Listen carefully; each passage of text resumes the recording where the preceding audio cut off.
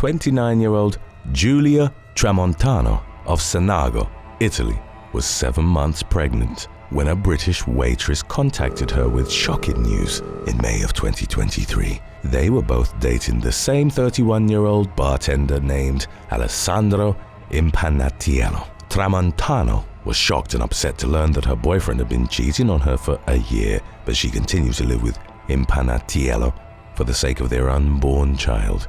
In the meantime, the women met and bonded face-to-face over their shared suffering at the hands of Impanatiello's abusive behavior. A security camera captured footage of the women hugging each other before they went their separate ways, marking the last time Tramontano was seen alive. Later that day, Impanatiello viciously stabbed the expectant mother to death while she chopped vegetables in their apartment. After killing Tramontano, he watched a soccer game on his phone, then stuffed the woman's body in the trunk of his car and met his mother for lunch. He later tried unsuccessfully to burn the remains and hide them in a cellar, then reported Tramontano missing the following day. As the investigation into the woman's disappearance got underway, Impanatiello disposed of Tramontano's belongings and sent text messages to her phone, begging her to return home. He initially told the police that Tramontano had left him after discovering the affair, but confessed to the murder a few days later and led law enforcement to her body.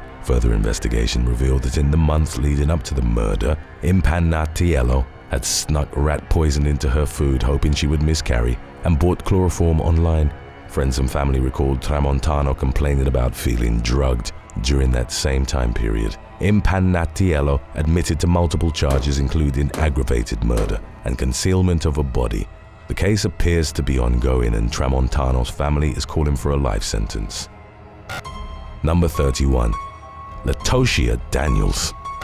While responding to a domestic incident in Collierville, Tennessee, late one night in April 2019, police found 36-year-old local pastor Broads Perry and his wife, 42-year-old Tabitha Perry, suffering from gunshot wounds at their home. Broads died from his injuries, but Tabitha survived and was able to tell law enforcement what happened. She explained that her former neighbor from Little Rock, Arkansas, 40-year-old Latoshia Daniels, had shown up at the apartment unannounced. The women talked for about a half hour before Broads arrived home. After speaking with the couple for a few more minutes, Daniels said she had to get going and started making her way toward the door. Then, without warning, she pulled the gun from her purse and opened fire on Broads, repeatedly saying, "You broke my heart," as she pumped bullets into the minister's body. Terrified for her life, Tabitha ran out of the apartment and banged on a neighbor's door for help. She then re-entered the apartment and knelt down to check on her husband, at which point Daniels told her to get out of the way and shot her in the shoulder. Daniels, who ironically was a licensed social worker specializing in anger management, was reloading her gun when police arrived at the scene. She refused to surrender and was shot with a police projectile that's designed to be less lethal than a standard bullet. While being discharged from the hospital, she attempted to escape on foot and became combative toward the police when they caught up with her. Based on the evidence, investigators concluded that Daniels had recently had an affair with Broads. Prosecutors charged her with first-degree murder, attempted first-degree murder, use of a firearm in the commission of a dangerous felony, resisting arrest, and assault on a police officer. As of the latest updates in mid-2021, Daniels was awaiting trial. Records show that she's not currently incarcerated in the state prison system, leaving the outcome of the case unclear. Number 30. Emmett Corrigan. College sweethearts Emmett and Ashley Corrigan were a young, attractive, and successful all-American couple. They lived in Meridian, Idaho, where Emmett worked as a lawyer while Ashley was a stay-at-home mom to the couple's 4 children. Ashley was pregnant with her 5th child in 2010 when Emmett suddenly started withdrawing from the marriage without explanation. In addition to being emotionally distant, he spent more and more time out of the home. When Ashley confronted Emmett about these things in early 2011, he blamed the demands of his job. In reality, he was entangled in a torrid affair with his married 40-year-old paralegal, Candy Hall, who was more than 10 years Ashley's senior. That same evening, Candy's husband, Rob Hall, reached his breaking point with Candy's absence from their marriage. Instead of staying at home to sort things out with their respective spouses, Emmett and Candy took a ride through a residential neighborhood where they parked and had intercourse in Emmett's pickup truck. During the booty call, Candy's daughter noticed her car in a Walgreens parking lot and was confused about why she couldn't find or get a hold of her mother. She called Rob and asked if he knew where Candy was, and Rob proceeded to call Candy while Emmett was driving her back to Walgreens. At some point during the conversation, Emmett grabbed Candy's phone and challenged Rob to a fight outside the pharmacy. Rob was waiting in the parking lot when Emmett pulled in. The confrontation ended with Rob fatally shooting Emmett. He was found guilty of second-degree murder the following year and was sentenced to 30 years in prison. If he serves his entire term, he'll remain behind bars until the year 2040, but he could see freedom as early as 2028. Number 29. Martin McNeel. In April of 2007, 50-year-old mother of 8, Michelle McNeel, underwent a surgical facelift at the urging of her husband, Martin McNeel, a highly respected doctor and a pillar of their community in Pleasant Grove, Iowa. A week later, Martin dialed 911 and said he had found Michelle face down and unresponsive in the bathtub. Sadly, efforts to save Michelle's life were futile. Her death was initially ruled as natural due to cardiovascular disease, but several of her and Martin's children already suspected their father of foul play. After her facelift, Michelle began to suspect Martin of having an affair. Around the same time, she made a chilling statement to her daughter to make sure the police investigated Martin if something bad happened to her. Unbeknownst to the family at the time, Martin had been living a double life for decades. He had had numerous affairs, had been kicked out of the army for a psychiatric diagnosis and aggressive behavior, and had a felony fraud conviction on his record. Martin had also been collecting disability payments from the military for 30 years while working full-time as a well-paid physician. Almost immediately after Michelle's death, Martin moved his mistress, Gypsy Willis, into the family home. Less than 3 months later, the couple got engaged. In the meantime, Martin tried finding another family to take in 3 of the children that he and Michelle had adopted. He sent one of the kids back to an orphanage in Ukraine and conspired with Willis to steal her identity in order to avoid his mistress's own checkered history of financial crimes. Martin was finally charged with Michelle's murder in 2012, thanks in part to his children's tireless campaign to see justice served. His attorneys maintained that Michelle's death was accidental and hinged their defense largely on the lack of physical evidence connecting Martin to the crime. Prosecutors focused heavily on Martin's deceptive and criminal lifestyle and his especially shady behavior shortly before Michelle's death, including pressuring his wife to get a facelift and convincing doctors to overprescribe large amounts of powerful narcotics that aren't typically given to recovering facelift patients. Martin was convicted of first-degree murder and sentenced to life in prison, where he passed away in 2017. Number 28. Bridget Davis. In March of 2022, a Cincinnati-based TikToker went viral for sharing her story about the unimaginably awkward task of informing her spouse's mistress that he had passed away. 36-year-old Bridget Davis's husband of 10 years and the father of her 2 children died in 2018, at a time when his mental health was ailing and the couple's marriage was struggling. Rather than focusing on his health and trying to repair his marriage, he responded to the problems in his life by distancing himself from Davis and cheating. Davis knew her husband was seeing other women, and she reached out to the other woman to inform her of his death. She later shared screenshots on TikTok which show that the mistress was in an obvious state of despair. When the woman asked Davis if she could visit the man's gravesite, she simply replied, no. During the remainder of the conversation, the mistress acknowledged that she knew her lover was married during their relationship. In a follow-up video, Davis admitted that her husband had moved out of their marital home months before his death, but expressed a desire to reconcile shortly before he passed away. Davis seemed to be under the impression that her husband had broken things off with the other woman, who claimed that they were still seeing each other when he died. The conversation garnered mixed reactions, with some commenters supporting Davis's hard-lined stance. Others criticized her for not telling her late husband's mistress where he was buried and for contacting the woman just to be mean. Number 27. Harry Jarvis.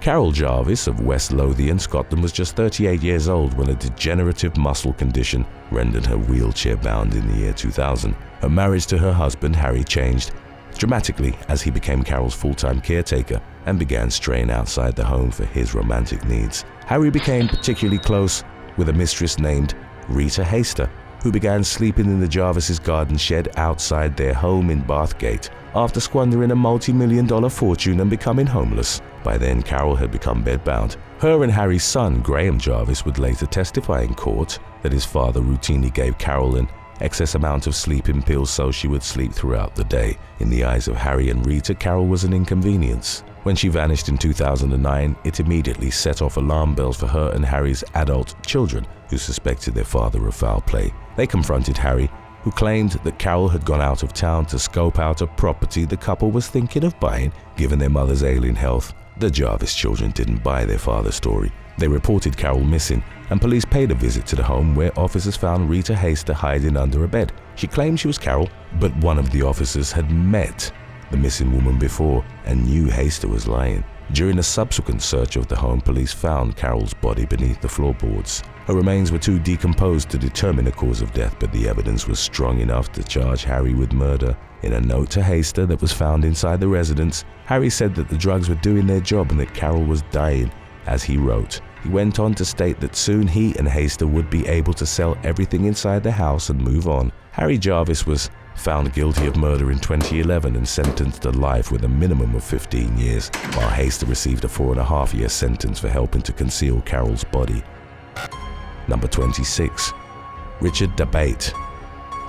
Just 2 days before Christmas in 2015, police responded to a silent alarm at a home in upscale Ellington, Connecticut. Officers arrived to find the homeowner, Richard Dabate, in a panicked and disheveled state. He claimed that a masked intruder had zip-tied him, stabbed him with a box cutter, and tortured him with a blowtorch before chasing down his 39-year-old wife, Connie, and shooting her in the head and stomach. Connie died from her gunshot wounds, yet Richard's injuries were superficial and his story didn't quite add up, piquing investigators' suspicions about his possible involvement in the crime. In the meantime, a police canine tracked the scent of the suspected shooter to the ambulance where Richard was waiting to receive treatment. Despite these indicators of Richard's potential guilt, 16 months passed before authorities finally had enough evidence to charge him with Connie's murder. One of the biggest findings in the case came in the form of data from Connie's Fitbit, which contradicted Richard's claims about her movements on the day of the crime. He was arrested in April of 2016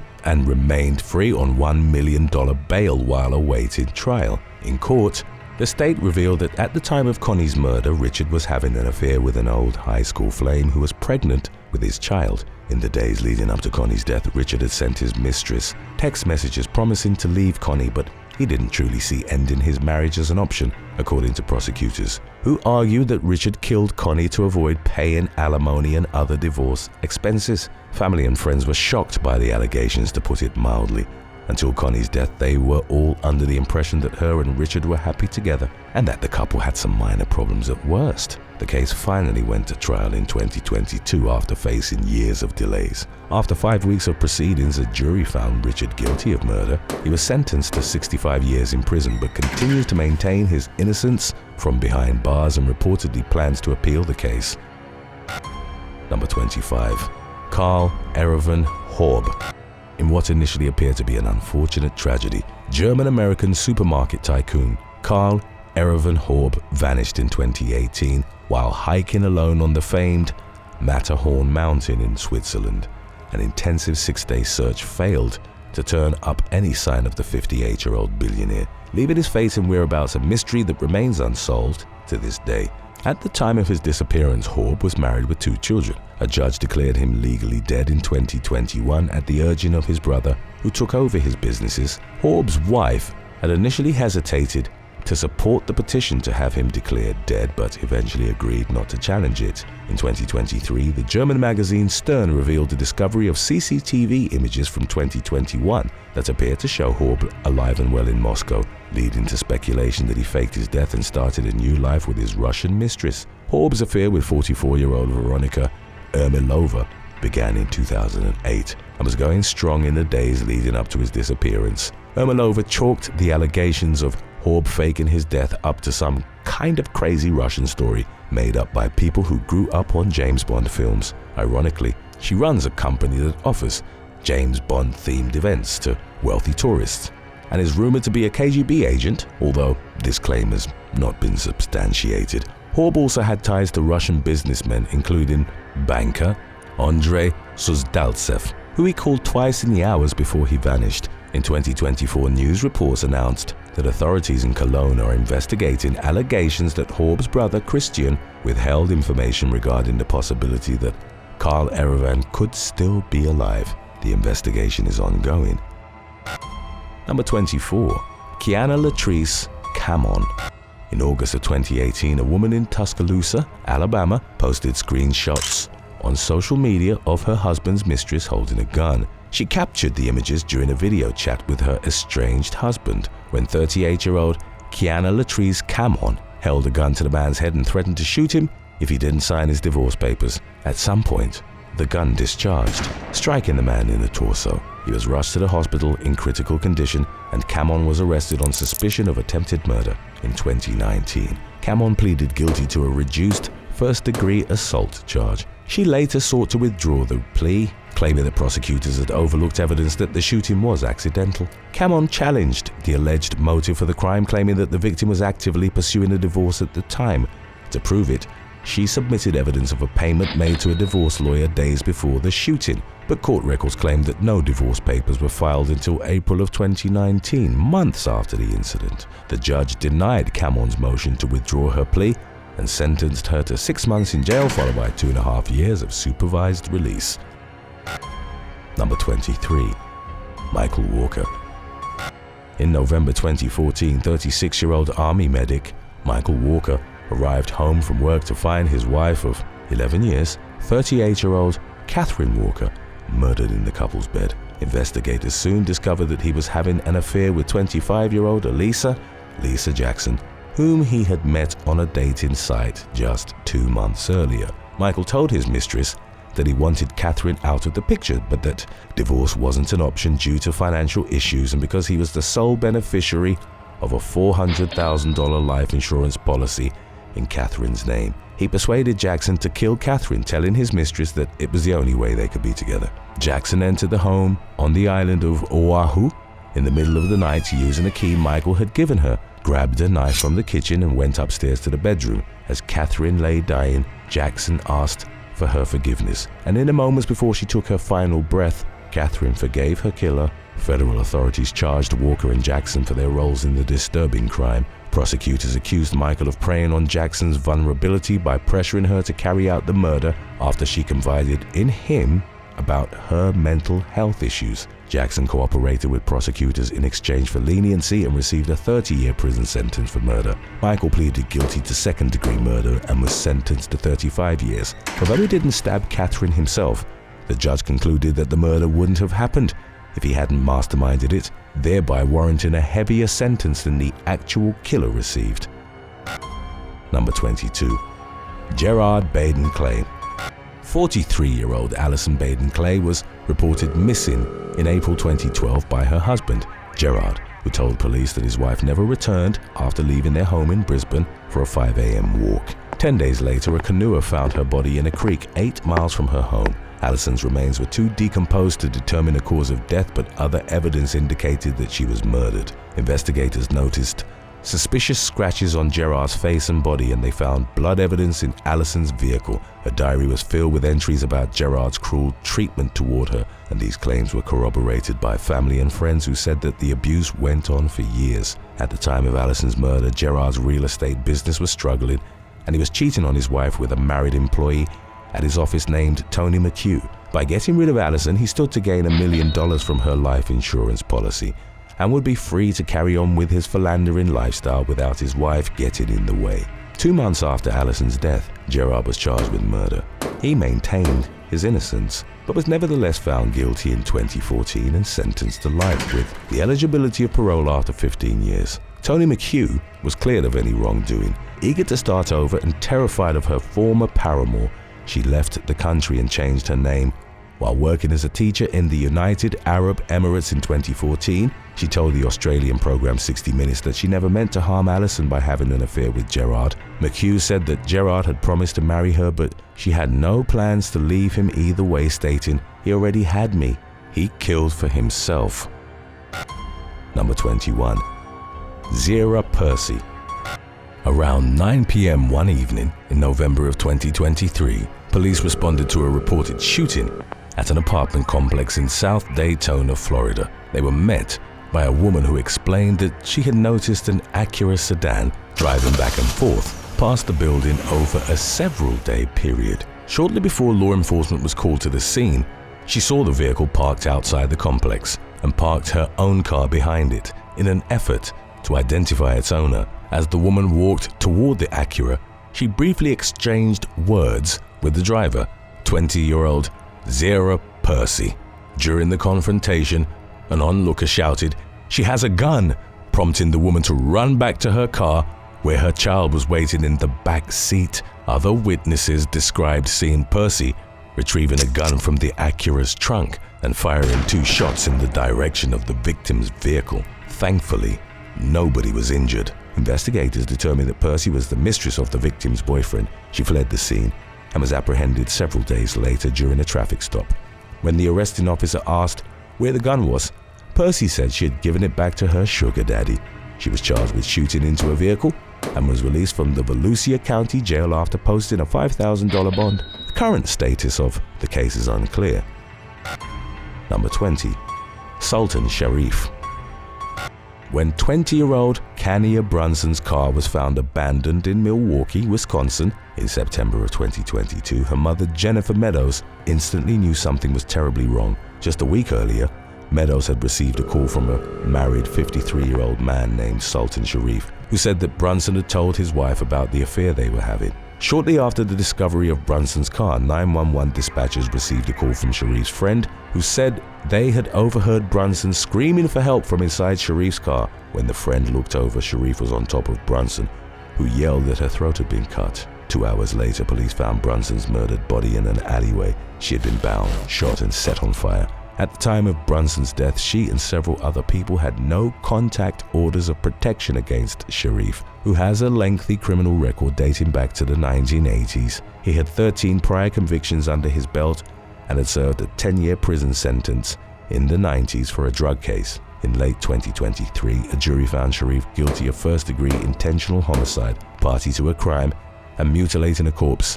Citing his rap sheet as evidence that he's either incapable or unwilling to change his ways, the judge sentenced him to life in prison. Number 19. Cadil Newbie. After a night out drinking in Manchester, England in 2017, 23-year-old Cadil Newbie invited his mistress, 21-year-old Natasha Gregson, to his home. But the cheating husband's plans were interrupted by tragedy during the early morning hours when he lost control of his car while crossing a bridge at over 100 miles per hour. The vehicle crashed into a guardrail, sending Gregson flying out the back window. Newbie was rushed to the hospital where he died from his injuries, while Gregson survived with a fractured skull and a lacerated liver. A toxicology test revealed that Newbie had 1.5 times the legal limit of alcohol in his system at the time of the crash. His wife, 26-year-old Corette Newbie, learned about the affair after Gregson regained consciousness and told investigators about the circumstances leading up to the accident. Gregson told police that Newbie wasn't wearing his seatbelt and that his driving was out of control on the night of the crash. Corette learned even more of the crushing details during an inquest into Newbie's death, when officials revealed that the affair between her husband and Gregson had started just 6 days before the crash. Gregson claimed that when she met Newbie, he told her he had been separated for several months. Corette was heartbroken by the loss of her husband, despite his cheating. She said that Newbie was acting out of character in the week leading up to his death, and that she hoped people wouldn't judge him based on his behavior during that time period alone. Number 18. Gary Williams. 58-year-old married caravan salesman Gary Williams lived a triple life, juggling relationships with 3 women who were unaware of one another. He had a wife of 40 years, Elaine, and was involved in a decades-long affair that began in 1991. Williams began seeing his second mistress, 46-year-old Jasenna Sheridan, in 2014. On Christmas Eve in 2019, He left the home he shared with Elaine in Swansea, South Wales, for what he claimed was a business trip. In reality, Williams was visiting Sheridan in the Welsh seaside town of Llanelli. During that time, they both stopped answering their phones, causing friends and family to become concerned. 4 days after last hearing from their mother, Sheridan's children went to her home to check on her. They were met by a handwritten sign advising them not to go upstairs and to just call the police instead, but they ignored the warning and were horrified to find the couple dead. Williams had been stabbed 50 times to the neck, chest and abdomen, and Sheridan had also suffered fatal knife wounds. The scene was covered in blood. Based on the level of carnage, it was pretty clear that the couple had gotten into some sort of altercation that escalated into deadly violence. Sheridan also had a history of mental illness which could have played a role in the tragedy, but the only two people who will ever know what happened that day took the details of their deadly confrontation to the grave, leaving their surviving loved ones to speculate and guess about their agonizing final moments. Number 17.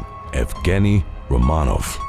When Russian bombshell Elena Romanova discovered her husband's affair in 2014, she flew into an uncontrolled rage that ended with one person dead and another in jail. Romanova found out about the secret relationship when her husband's co-worker, 32-year-old Maria Sokolova, posted a photo of some Valentine's Day flowers she had received from a man she was dating on social media. They were identical to the flowers that Romanova had received from her husband, 37-year-old Evgeny Romanov. Suspecting that it wasn't a coincidence, Romanova confronted Sokolova and learned that Evgeny had taken the woman on romantic trips to Paris and other cities while pretending he was on business trips.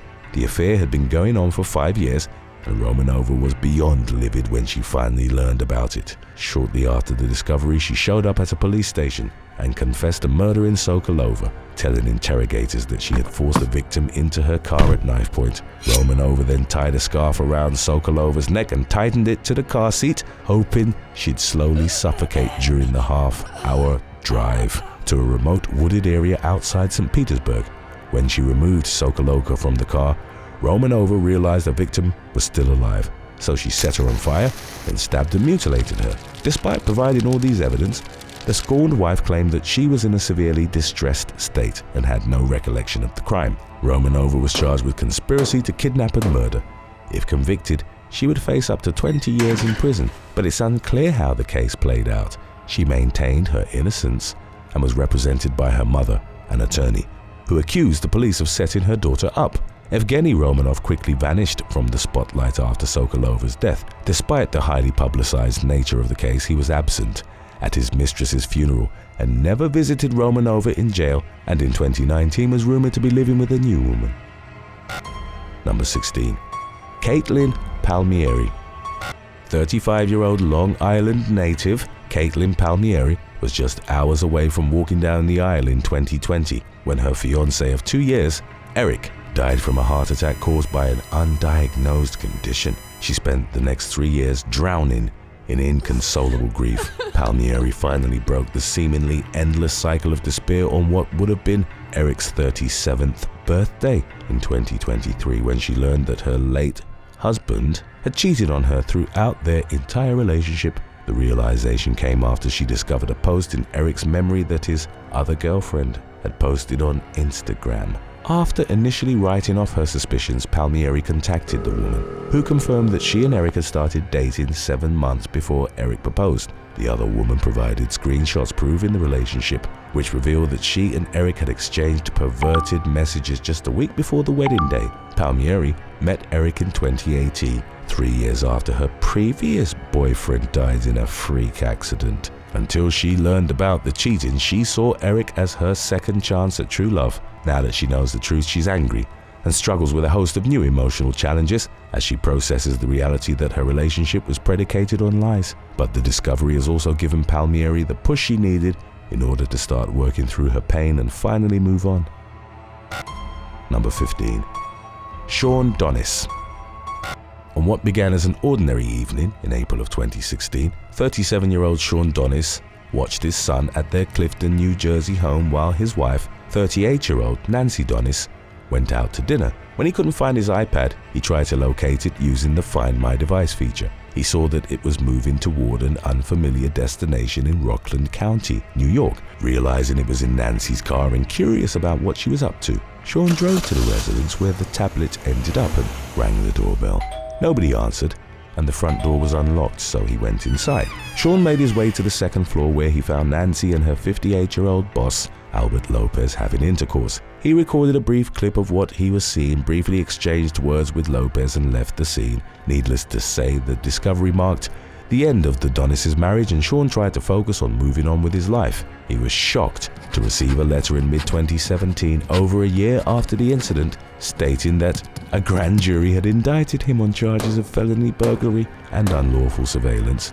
In court, Albert Lopez testified that Nancy had told him she was separated from her husband when they started seeing each other. He further claimed that he feared for his life during the confrontation with Sean and experienced trauma afterward, suffering from insomnia and developing a paranoia about making sure his doors were locked. Sean's lawyer denied that he was the big bad bully Lopez made him out to be, saying that his client deserved a medal for the amount of restraint that he showed during the confrontation. Many people sympathized with Sean, but the prosecution argued that from a legal standpoint, Albert Lopez was the real victim, even if he had been caught sleeping with a married man's wife. A judge cleared Sean of all charges during a bench trial in 2018, bringing a long-awaited end to a saga that had made him feel like he was being punished twice, once by being cheated on, and the second time by being criminally charged for it. He wept tears of joy after learning the outcome and victoriously waved his fist as he exited the courthouse with a triumphant smile on his face. In a surprising twist, Nancy Donis told the New York Post that she was happy about the outcome of the case and that she didn't want her ex-husband to go to jail over something stupid. She had refused to testify for the prosecution and seemed happy to put the case and her relationship with Lopez behind her. Number 14. Zatoun Bibi. The affair between married mother of four, Zatoun Bibi, and married DJ Tanvir Iqbal began in 2003. After the pair first met in Birmingham, England, both parties' spouses were aware of the extramarital relationship, which continued on and off for years. During that time, Bibi and Iqbal had 2 children together. When the cheating started, Bibi was in an arranged marriage with her husband, Gal Nawaz. After discovering the affair, Nawaz divorced Bibi, but they continued living together and pretending to be a couple in order to save face. In 2016, Bibi sent an explicit video of her and Iqbal to his wife in an attempt to break up their marriage. Her plan quickly backfired, prompting Iqbal to end the affair. Angered by Iqbal's rejection, Bibi persuaded Nawaz to help her kill him, and the former spouses recruited their teenage son, Kashim, to also assist in the crime. Bibi invited Iqbal to her home to spend time with their kids. 4 days later, he was found strangled to death in the trunk of his car. Evidence quickly led investigators to Bibi, Nawaz, and Kashim, who were all found guilty of murder. Bibi was sentenced to life with a minimum of 27 years, while Nawaz received a life term with a minimum of 25 years. Due to his age at the time of the murder, Kashim received a far more lenient sentence of life with a 6-year minimum. Number 13. Richmond Phillips.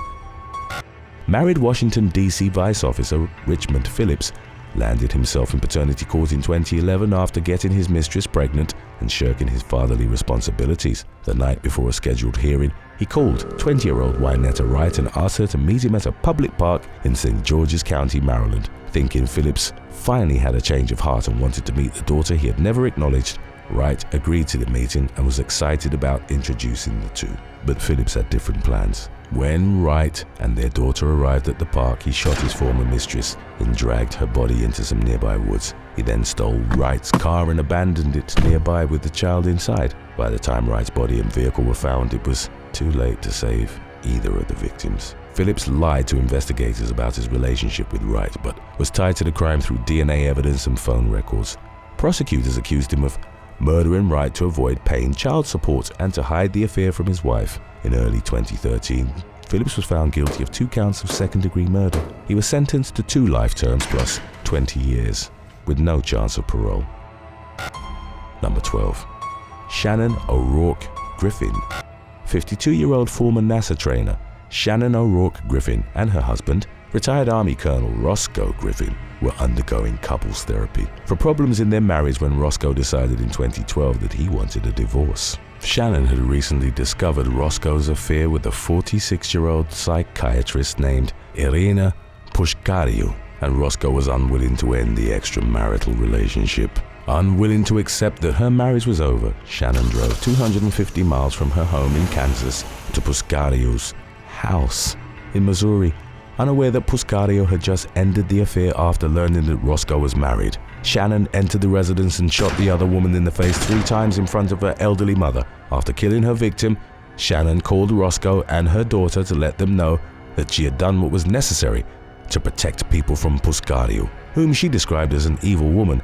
Roscoe called the police, who caught up with Shannon in Wichita during her drive home. In 2015, the scorned wife was found guilty of second-degree murder and sentenced to 20 years in prison with eligibility for parole after 14 years. Number 11.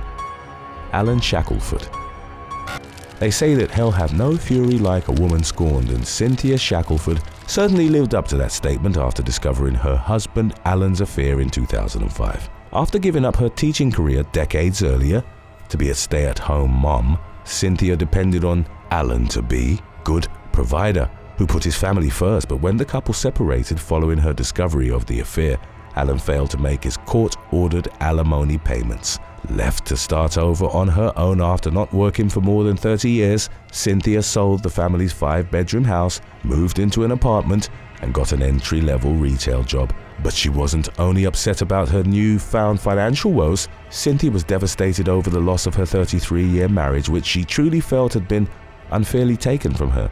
She blamed both Alan and his mistress, 49-year-old Anne Lundquist, for the affair, but wanted to set an example that would deter women from pursuing married men. Taking advantage of an obscure, centuries-old case law which allows spouses to hold third parties accountable for interfering with their marriages, Cynthia sued Lundquist for alienation of affection. North Carolina is one of just 7 states that recognize alienation of affection claims, and it only sees about 200 cases per year. Most states have gotten rid of this seemingly outdated law, and North Carolina lawmakers have considered abolishing it. Luckily for Cynthia, it remains on the books thanks to conservative legislators who believe that voting down the statute would condone adultery. Cynthia won the case, and the court awarded her a $9 million settlement. Lundquist claimed she didn't have that much money and told reporters that she planned to appeal the ruling. The outcome of the case is unclear, but Cynthia definitely got her point across,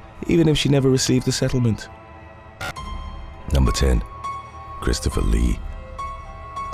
19-year-old Erin Corwin was married to a decorated Marine when she got pregnant in 2014, but the baby didn't belong to her husband, John Corwin. The unborn child's father was her husband's married friend and fellow Marine, Christopher Lee. By that point in time, Erin and John had started to grow apart and often argued about money and other things that were plaguing their marriage. Instead of trying to work through these issues, Erin began cheating on John with Lee, who was also having problems with his wife, Nicole. After becoming pregnant, Erin hoped Lee would propose to her despite both of them still being married to their spouses. She thought the day had finally come on a hot June morning when Lee invited her on an outing in the vast California desert.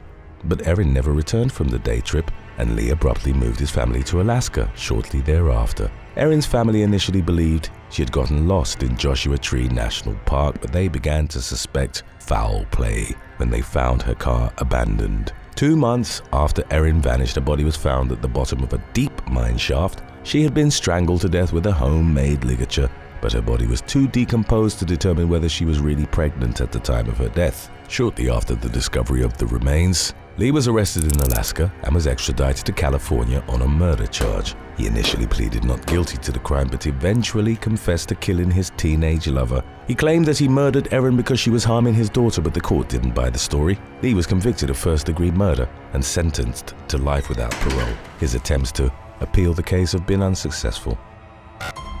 Number 9. Simmon Doich. Simmon Doich met her married 50-something boyfriend, a millionaire hedge fund boss, on an extramarital dating website in 2016. The man told Doich up front that he had no plans to leave his wife, and Doich said she was okay with that, but she went back on her word and began demanding a bigger commitment from the man after they met for a handful of casual encounters and trips. After realizing that Doich expected him to leave his wife, the businessman ended the affair and cut all ties with her. In retaliation for being dumped, the scorned mistress launched a public smear campaign against her former lover and threatened to expose the affair to his wife. Doich also claimed that she had gotten pregnant and miscarried. Instead of caving to her demands, the man came clean to his wife about his cheating, taking away Doich's power over the situation. Doich continued to stalk and harass the couple for 2 years, mocking their marriage on social media and making degrading remarks about the man's wife, who became so traumatized that she became a shut-in and stopped socializing. She was also afraid to use the internet and began to worry constantly about how the situation was impacting her children. During that same time period, Doich falsely accused her ex-lover of assaulting her, resulting in a nearly life-ruining court case that dragged on for months before it was dropped. She also barraged the man with dozens of unwanted phone calls and showed up at his office. Finally, in 2018, Doich was charged with 2 counts of stalking. Her defense attorney claimed that his client had gotten carried away with her girlish fantasies of romance after being swept off her feet by the wealthy businessman. The lawyer also accused the man of leading Doich on and given her reasons to think their relationship was more than a fling. Unmoved by the attorney's narrative, the judge described Doich's behavior as calculated and remorseless. He acknowledged that Doich genuinely mistook the relationship for being more serious than it actually was, but said that her actions were so extreme that he couldn't consider it as a mitigating factor. He ordered Doich to attend rehab and imposed a suspended prison sentence, which meant that Doich would serve her time behind bars if she disobeyed the terms of her release by continuing to bother the victims. Number 8. Sydney Mora. Heather Elvis was just 20 years old when she began dating her married 37-year-old co-worker, Sydney Mora, in 2013. Word of the affair spread like wildfire throughout their small South Carolina town, and it wasn't long before Sydney's wife Tammy found out. Tammy waged a vicious smear campaign against Elvis on social media and sent her a deluge of threatening messages. Elvis focused on moving on from the affair, and her interactions with the Moras eventually stopped. After going on a first date with a new romantic prospect one evening, Elvis received a phone call from Sydney. She drove to the Peachtree boat landing in Horry County at his urging and never returned home, prompting her concerned family to report her missing. Police traced Elvis's phone activity to the boat launch, where they found her car abandoned. Elvis was nowhere to be found, but there were no signs of foul play. Despite the lack of evidence, all signs pointed towards something bad happening to the young woman. Investigators' suspicions were heightened when they found surveillance footage of Sydney calling Elvis from a payphone shortly before she drove to the boat launch. They also learned that Elvis believed she was pregnant with Sydney's child at the time of her disappearance. Sydney downplayed the tensions between Tammy and Elvis and claimed that he called Elvis from the payphone to tell her to leave him alone. Elvis's body was never found, but prosecutors eventually decided to move forward with charges against Sydney and Tammy Mora. The couple originally faced murder charges, which were dropped due to the lack of a body. They were both eventually found guilty of kidnapping and conspiracy to kidnap, and were each sentenced to 30 years in prison. On October the 15th of 2021, law enforcement in Troup County, Georgia, responded to reports of a car crash on Highway 18. They found 29-year-old Akila Weir unresponsive in her Honda Accord after it had been slammed into a tree. Upon further examination of the scene, law enforcement discovered that Weir had been shot multiple times through the vehicle. She passed away from her injuries in a Columbus area hospital while 33 weeks pregnant with her 6th child, who also didn't survive. What was initially suspected to have been a case of road rage was eventually investigated as a targeted murder. The gunman was identified as 30-year-old Alonzo Dargan Jr., an active-duty Army sergeant stationed at Fort Bragg in North Carolina. He was married with children and had been having an affair with Weir, whom he'd reportedly known since childhood. Dargan wasn't a father to any of her other children, but she'd become pregnant with his child during their tryst, and it was suspected that he'd killed her to prevent the extramarital relationship from being exposed. Dargan, who'd served in Afghanistan and had received multiple commendations during his military career, was in Troup County at the time of the murder, and he drove a silver Nissan, which had been spotted at the scene. He was arrested and charged with murder, feticide, and possession of a firearm during the commission of a crime, with his court appearance scheduled for the fall of 2022. Number 6. Gerald Michael Bullinger. After the death of her husband, Utah woman Naja Medley started dating commercial pilot Michael Bullinger in the mid-2010s. By all accounts, the relationship was promising, and Bullinger became a father figure for the woman's teenage daughter Peyton. He took her on hikes, taught her how to shoot and wrestle, and she reportedly started calling him Dad. As she and her mother struggled financially, Bullinger moved both to a farm he'd bought in Caldwell, Idaho, in the spring of 2017. Naja, then in her late 40s, shared her excitement about the move on social media. She'd go on to post photos and videos with Bullinger, her daughter, and of their seemingly idyllic life together on the rural property. Then on June the 8th, they received an unexpected visit from a woman by the name of Cheryl Baker. The 57-year-old had been married to Bullinger since 2010 and had bought the farm with him. She remained in Ogden, Utah to sell their home while Bullinger claimed he was doing maintenance work on the farmhouse. Baker had recently retired from her job as a school teacher and had decided to surprise her husband by making the drive to Caldwell weeks earlier than they'd planned. It was subsequently determined that Baker and Medley didn't know each other and were stunned to learn about Bullinger's double life. What followed hasn't been concretely determined. On June the 19th of 2017, the mother of one of Peyton's friends asked law enforcement to perform a welfare check at the farm because no one had heard from the teen or her mother. As officers reached the scene, they detected a foul smell emanating from a shed, which Naja had at one point mentioned in her social media videos. Upon further investigation, officers discovered 3 partially decomposed bodies, which were later confirmed as Cheryl Baker, Naja, and Peyton. All 3 had been killed via a single gunshot to the head, execution style, and had been dead for at least 10 days. Bullinger, then 60 years old, became the prime suspect in the murder, but he was never found. On July the 12th of 2017, his car was discovered in the Bridgeteton National Forest in Wyoming. The forest measures over 3.4 million acres and is populated by wolves, grizzly bears, and coyotes. The running theory was that Bullinger died either in an animal attack or from exposure, but no concrete evidence in that regard was found as of the latest updates. Number 5. Rosario D Goral.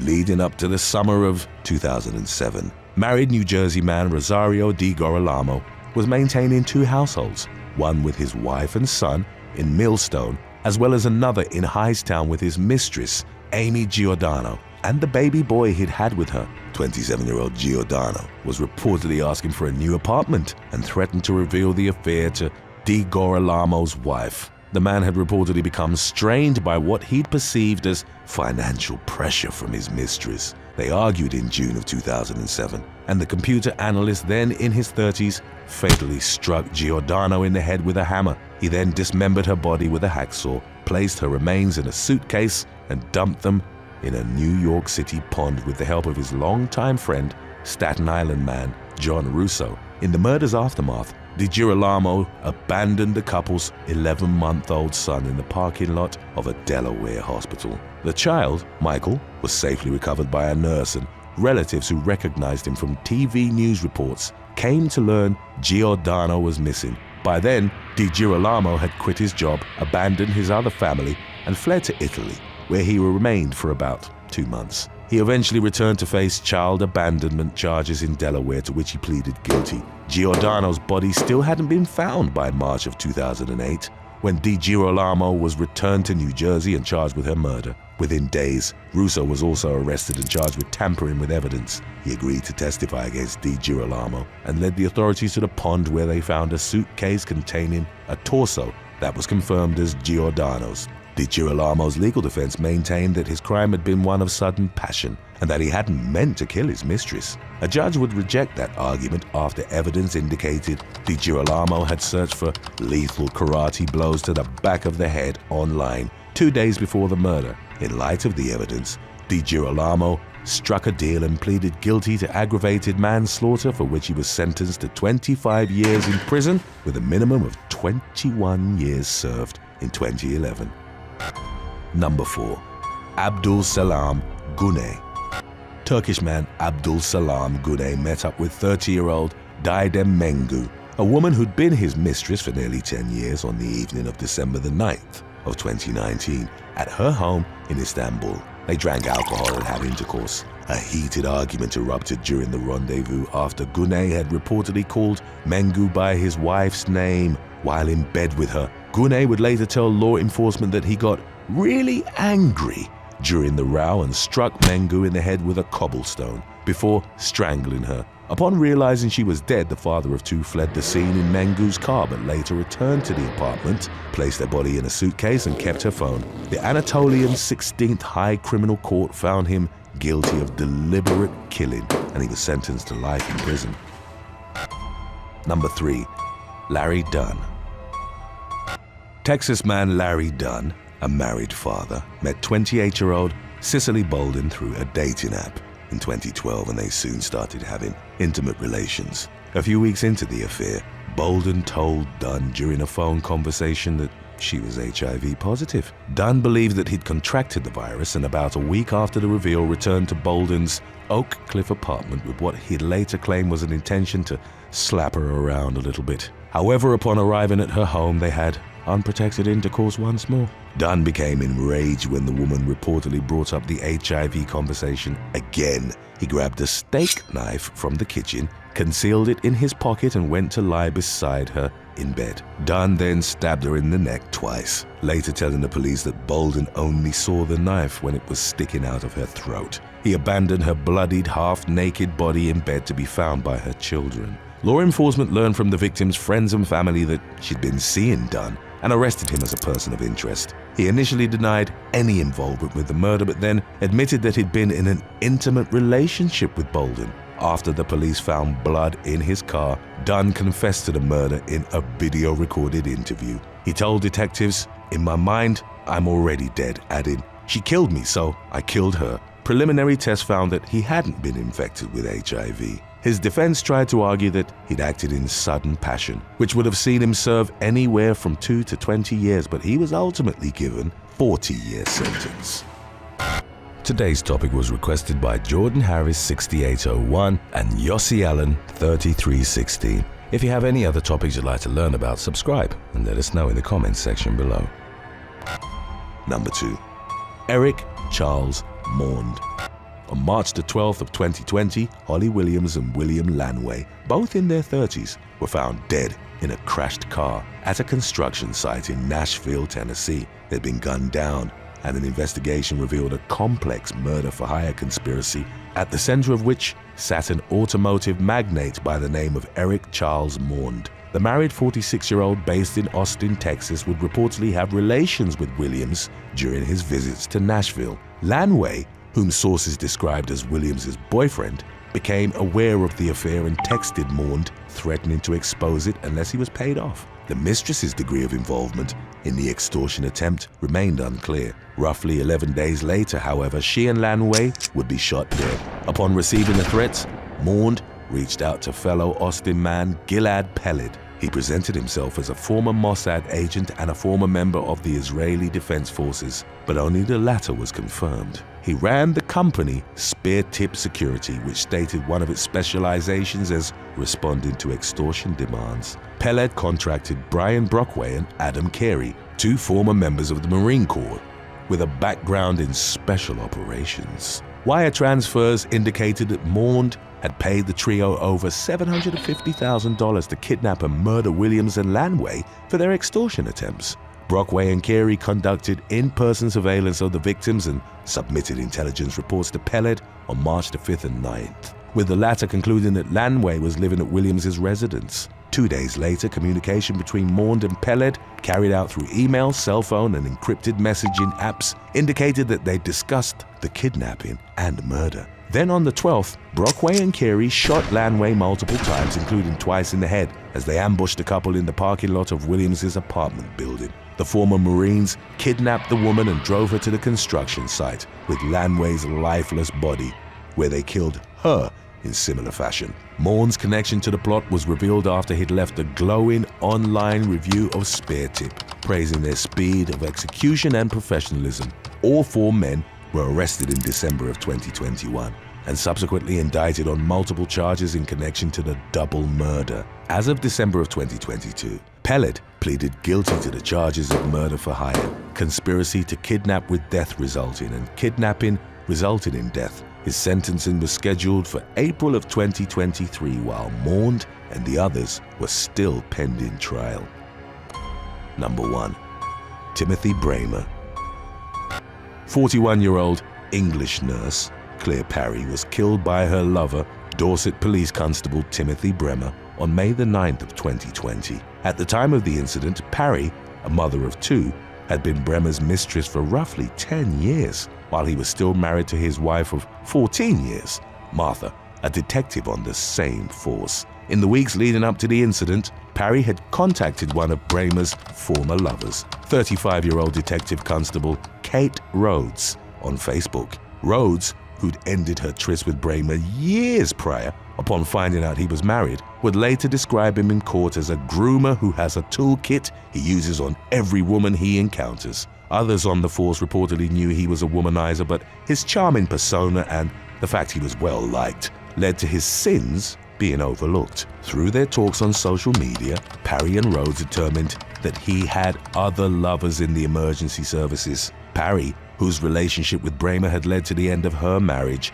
told Rhodes that she'd be embarking on a campaign to ensure the man's long and slow downfall. It would reportedly involve telling his wife that he was unfaithful, referring him to a police watchdog, and reporting him to the tax authorities for failing to declare a second income he got from doing odd jobs. On May the 9th, Martha believed that her husband was out buying some steaks, but he'd actually met with Parry in the parking lot of the Horns Inn pub in Dorset. They argued in his car, and Parry asked for his phone to check if he'd been seeing someone else. She instead used it to message Martha, "I'm cheating on you." A fight erupted in the vehicle that ended with Bramer breaking his mistress's neck in 3 places. CCTV caught him walking shoeless across the car park to the pub entrance, where he sat down, covered in his own blood, and asked a passerby for help. He'd stabbed himself in the forearm 3 times and told the police Parry had attacked him, a statement which he eventually recanted. Body cam footage, which was subsequently played in court, would show a shirtless Bramer crying while receiving treatment in the ambulance. He'd later claimed that Parry's death had been an accident caused by him leaning on her neck while trying to force her out of the car after she'd refused to leave. The 40-year-old was found not guilty of murder, but convicted of her manslaughter following a trial at Salisbury Crown Court. His jail term, which was initially 10.5 years, was found too lenient by the Court of Appeals, which increased the sentence by 3 years in March of 2021. Thanks for watching. If you could go to dinner with either Donald Trump or Stormy Daniels, who would you choose and why? Let us know in the comments section below.